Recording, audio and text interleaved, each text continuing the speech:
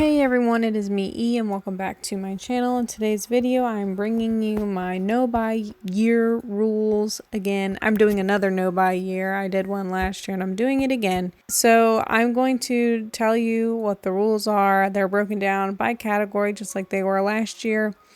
And first of all, I guess I'd like to talk about why I'm doing it again. I feel like doing the no buy year last year helped a lot in terms of actually being able to have savings, and because of our no buy year we were able to have a good Christmas and give presents without going into debt and putting a bunch of stuff on credit cards.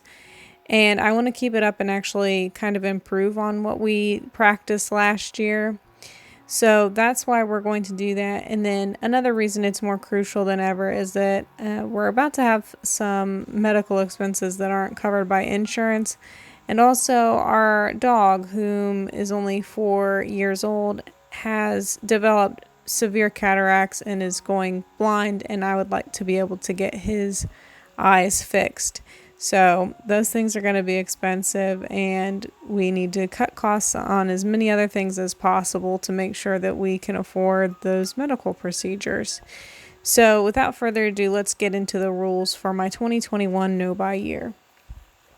The first category is clothing, which is easy. Last year I said we could each get 2 articles of clothing per season. That was a little bit unrealistic, so I'm going to up it to 3 articles of clothing per season. Yeah, I think that'll be a little bit easier to accommodate for. And of course, if we feel that we don't need any new clothes, we don't have to buy any. For entertainment, I'm going to continue as well with the 1 video game per quarter rule. And for other entertainment, I have it at $20 per month, which would be $240 for the entire year.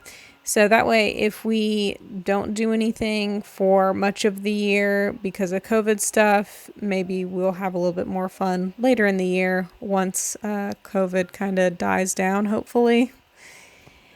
For accessories and knickknacks, I am going to go ahead and permit myself now that when Christmas rolls around next year, I will let myself buy 1 set of ornaments.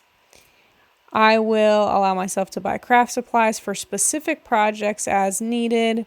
I'm not going to buy any Disney pins this year, and I'm going to cancel my Earfleek subscription. Earfleek is like this earring subscription service, and I really like it actually.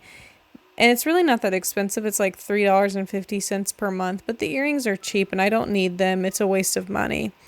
I've already canceled some other subscriptions. We had a SiriusXM subscription that we've canceled. And I also had a VIP membership to Grove Collaborative, which is this company that does like all natural household supplies. And I don't need a VIP membership to that, so I canceled that. For home goods, I said we can buy 1 piece of furniture if we decide we need it, and home storage solutions are also okay. For travel this year, we can visit family unlimited because that doesn't really cost us much money, if any at all. And maybe we can take 1 trip of less than $1,000. Otherwise, we need to continue saving, and maybe in a few years we can go back to Disney World or something like that. For food, last year I said I wanted us to eat out once a month or less, but that was unrealistic. I think once a month was a little too hard. So this year I've upped it to 2 times per month, and I want to keep our groceries under $300 per month. And then makeup will be on an as-needed basis because I don't really need to buy any more eyeshadow palettes or anything like that because I got several for my birthday and I got a few for Christmas. So I should be good on makeup. I think that for our financial goals, I would like us to have saved $4,500 in our separate bank account. What I typically do is I only work part-time. I set aside $200 per month of my paycheck, and then my husband puts one of his paychecks in the credit union savings account per month. He does that to pay one of our car bills, which is done through the credit union, but his paycheck is more than what the car note is, so the residual from his paycheck gets saved. So those things we've already been practicing, and we're going to try and continue in the new year.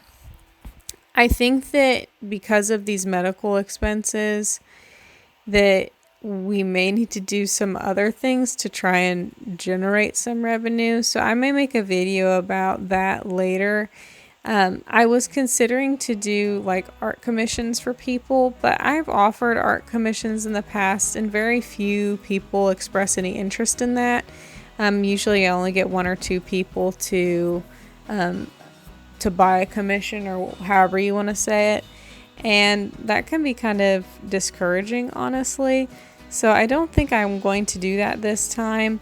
And I don't really knit or crochet or make jewelry or do any of those other things that people kind of do.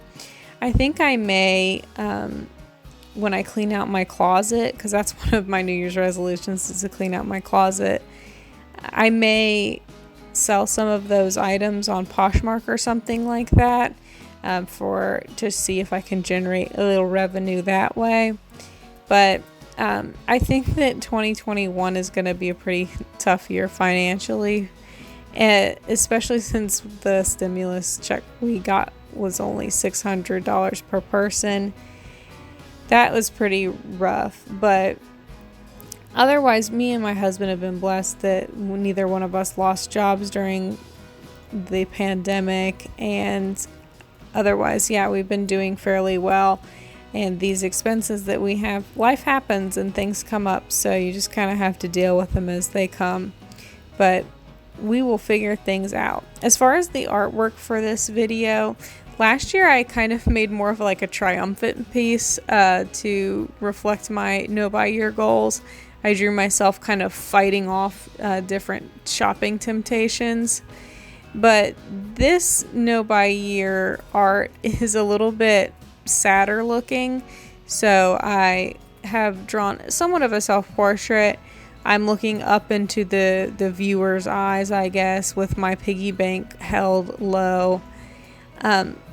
Instead of looking like I'm defending it and fighting, I look like I'm desperate and begging, which I don't know if I really intended it to look this sad, but I do feel like it kind of reflects my attitude as of late, that, you know, like I said, life happens to you and you can't really face things most of the time.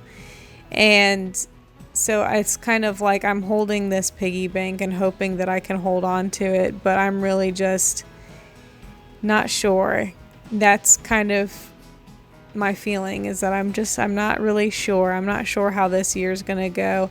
Everybody seems hopeful that 2021 will be better than 2020, and we think to ourselves, well, how could it possibly be worse? But life surprises you sometimes, so I'm going to try and remain optimistic, even though things have been kind of rough lately. And I hope that you will have the same attitude and that we can kind of help each other get through this tough time. Like I said, I'll have more videos coming out shortly, maybe talking about more of my thoughts and feelings moving forward, and about some of my upcoming projects that maybe will help me get through this rut. But that's basically all I have to say for this video. I hope you all enjoy it. I hope that you guys have success if you also are doing a no-buy year. And let me know in the comments if you are and what kind of rules that you're doing. And maybe if you've got good rules, I can adopt them. Or if you are going to adopt some of my rules to your no-buy, let me know. I'm trying not to be too strict, but you have to have discipline with stuff like this. And I think that in some ways, COVID can be kind of a good way to curb spending habits, because you can't go out and shop like you used to, and there's nothing to do. But anyway, have a good one, a happy weekend, and I will see you all in the next one. Bye-bye.